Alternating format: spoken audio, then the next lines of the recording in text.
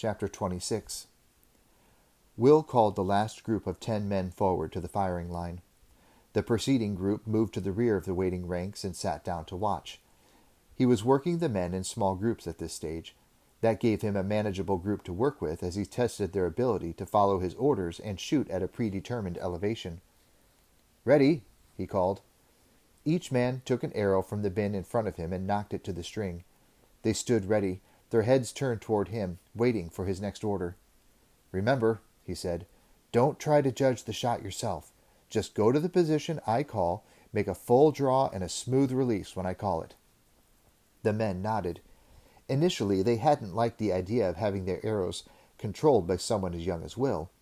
Then, after Halt had encouraged his apprentice to give a demonstration of high-speed pinpoint shooting, they had reluctantly agreed to the system Will had devised. Will took a deep breath, then called firmly, "Position 3, draw!" 10 arms holding bows rose to a position approximately 45 degrees from the horizontal. Will quickly glanced down the line to see that each man had remembered the correct position. He'd been drilling the 4 different elevations into them all day. Satisfied, and before the strain of holding the bows at full draw became too great, he called, "Shoot!" Almost as one, there was a rapid slither of released bowstrings and a concerted hiss of arrows arcing through the air. Will watched the small flight of shafts as they arced upward, then nosed over and plunged down to bury themselves up to half their length in the turf. Again he called to the waiting line of men, "Position 3, ready?" As before, the 10 men knocked arrows to the strings, waiting for Will's next call. "Draw! Shoot!" Again there was a slithering slap of released bowstrings hitting the archers' arm guards, and the sound of the wooden shafts scraping past the bows as they were hurled into the air. This time, as the arrows came down, Will changed his command. "Position 2, ready?" The line of left arms holding the bows extended and tilted up to a 30-degree angle. "Draw! Shoot!" And another 10-shaft volley was on its way. Will nodded to the 10 men who were watching him expectantly. "All right," he said. "Let's see how you did." He began to pace across the open field, followed by the 10 men who had just shot. There were markers set out down the middle of the field, marking 100, 150, and 200-meter distances. Position 3, with the bow arm elevated 45 degrees from the horizontal, should have equated to the 150-meter marker. As they approached that marker, Will nodded with satisfaction. There were 16 arrows slanting up from the turf within a 10-meter tolerance of the mark. 2 had gone long, he noticed, and 2 more had dropped short. He studied the long shots. The shafts were numbered so that he could assess how each member of the shooting line had performed. He saw now that the 2 overshoots belonged to 2 different archers. Moving back to the arrows that had undershot the target, he frowned slightly. The arrows were both marked with the same number. That meant the same archer had dropped his shot short of the mark both times. Will took note of the number, then moved back to view the results of the final volley. The frown deepened as he saw that 9 arrows were well grouped, with 1 falling short by the same margin. He didn't really need to check, but a quick glance showed him that, once again, the same archer had undershot the distance. He grunted thoughtfully. "All right," he called. "Recover your arrows." Then he led the way back to the firing point, the 10 men following behind him. "Who is at number 4 position?" he asked. One of the archers stepped forward, hesitantly holding up a hand and looking like a nervous pupil in school. He was a heavy-set, bearded man, about 40, Will noticed, yet his demeanor showed that he was totally in awe of the young ranger facing him. That was me, Your Honor," he said. Will beckoned him closer. "Bring your bow and 2 or 3 arrows," he said. The man picked up his bow and selected 2 arrows from the bin that stood by his firing position. He was nervous at being singled out and promptly dropped the arrows, scrabbling quickly to retrieve them. "Relax," Will told him. "I just want to check your technique." The man tried to smile in return. He'd seen they were his arrows that had fallen short, and he assumed he was about to be punished. That was the way of life for a slave in Hallesholm. If you were told to do something and you didn't do it, you were punished.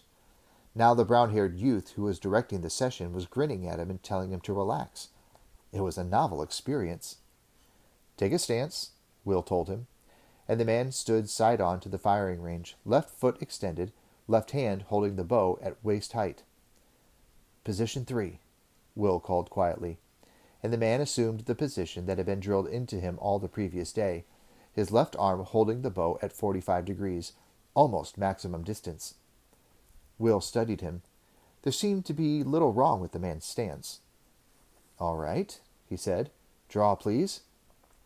The man was using too much arm muscle and not enough of his back muscles to draw the bow, Will thought. But that was a minor fault and the results of long habit. There would be no way of changing that in the time they had left. And shoot.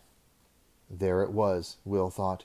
A fraction of a second before the man released his shot, he relaxed the draw length slightly, letting the arrow ease down a little before actually letting his fingers slip from the string. That meant at the moment of release, the arrow was at something less than full draw, which in turn meant it was receiving less than the full power of the bow behind its flight. Halt and Will had tested all the bows to make sure they were similar in draw weight, and the arrows were all exactly the same length to ensure results were as consistent as possible. The main cause for variation would be a little technical error like this one. He looked down the range to where the colored flights of the arrow were visible against the brown, sodden grass of the spring thaw. As he had suspected, it was short again. Will explained the reason for the problem to the man, seeing from the surprised expression that he had no idea that he was relaxing the draw at the crucial moment. "Work on it," he told him, giving him an encouraging slap on the shoulder. Halt had impressed on him the fact that a little encouragement in matters like these went a great deal further than scathing criticism. Will had been surprised when Halt had put him in charge of the archers' training. Even though he knew he'd be directing the archers during the battle, he'd assumed that Halt would supervise their training. But the ranger had repeated his earlier sentiment. "You're the one who will be directing them once we're fighting. It's as well they get used to following your orders from the start." Will remembered another piece of advice the ranger had given him. "Men work better when they know what you have in mind," he told the young apprentice. "So make sure you tell them as much as possible." He stepped up onto a raised platform that had been placed here for the purpose of addressing the entire group. "We'll break for today," he said in a raised voice. "Tomorrow we'll shoot as one group.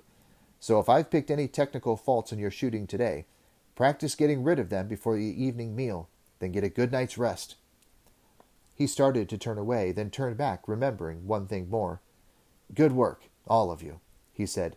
"If you keep this up, we're going to give those Temujai a very nasty surprise." A growl of pleasure rose from the 100 men. Then they broke off, heading back for the warmth of the halls and lodges. Will realized that it was later than he'd thought. The sun was touching the tops of the hills beyond Hallesholm, and the shadows were lengthening. The evening breeze was chilly, and he shivered, reaching for the cloak that he'd hung from the platform railing as he'd directed the shooting. A half-dozen boys had been assigned to help, and without orders from him, they gathered the arrow bins and arrows, putting them under cover in one of the store sheds that fronted the practice field. Will couldn't help noticing the admiring glances they cast his way as they went about their work. He was only a few years older than they were, yet here he was, directing a force of 100 archers. He smiled to himself. He wouldn't have been human if he hadn't enjoyed their hero worship. "You look pleased with yourself," said a familiar voice. He turned and realized Horace must have approached while he'd been talking to the men. He shrugged, trying to act diffident. "Well, they're coming along quite well," he said. "It's been a good day's work." Horace nodded. "So I noticed," he said. Then, in a worried tone, continued, "Evangeline hasn't been here with you, has she?" Will looked up at him, instantly on the defensive. "What if she has been?" he asked, an argumentative tone creeping into his voice.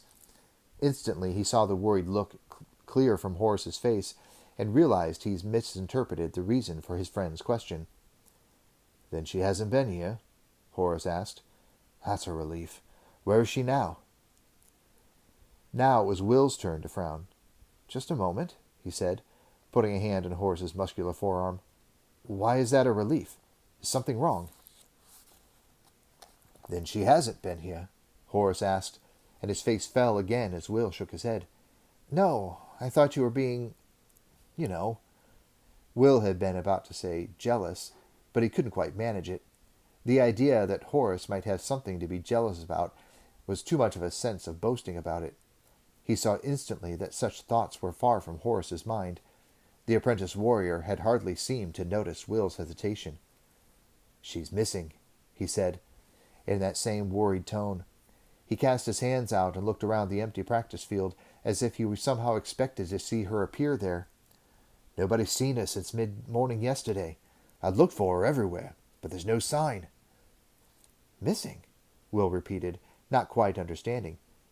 "Missing where?" Horace looked up at him with a sudden flare of asperity. "If we knew that, she wouldn't be missing, would she?" Will put up his hands in a peacemaking gesture. "You're right," he said. "I didn't realize. I've been a little tied up trying to get these archers organized. Surely somebody must have seen her last night. Her room servants, for example?" Horace shook his head miserably. "I've asked them," he said. "I was out on patrol most of yesterday myself, keeping an eye on the Temujai approach. We didn't get back into Alashon till well after supper time, so I didn't realize she wasn't around. It was only this morning when I went to find her that I found out she hadn't been in her room last night, and that nobody had seen her today. That's why I was hoping that maybe you'd—" The sentence trailed off, and Will shook his head. "I haven't seen hide nor hair of her," he told his friend. "But it's ridiculous," he exclaimed after a short silence. "Halisham isn't a big enough place for someone to go missing. And there's nowhere else she could have gone. Let's face it, she can't have simply disappeared. Can she?" Horace shrugged. "That's what I keep telling myself," he said morosely. "But somehow, it looks as if she has."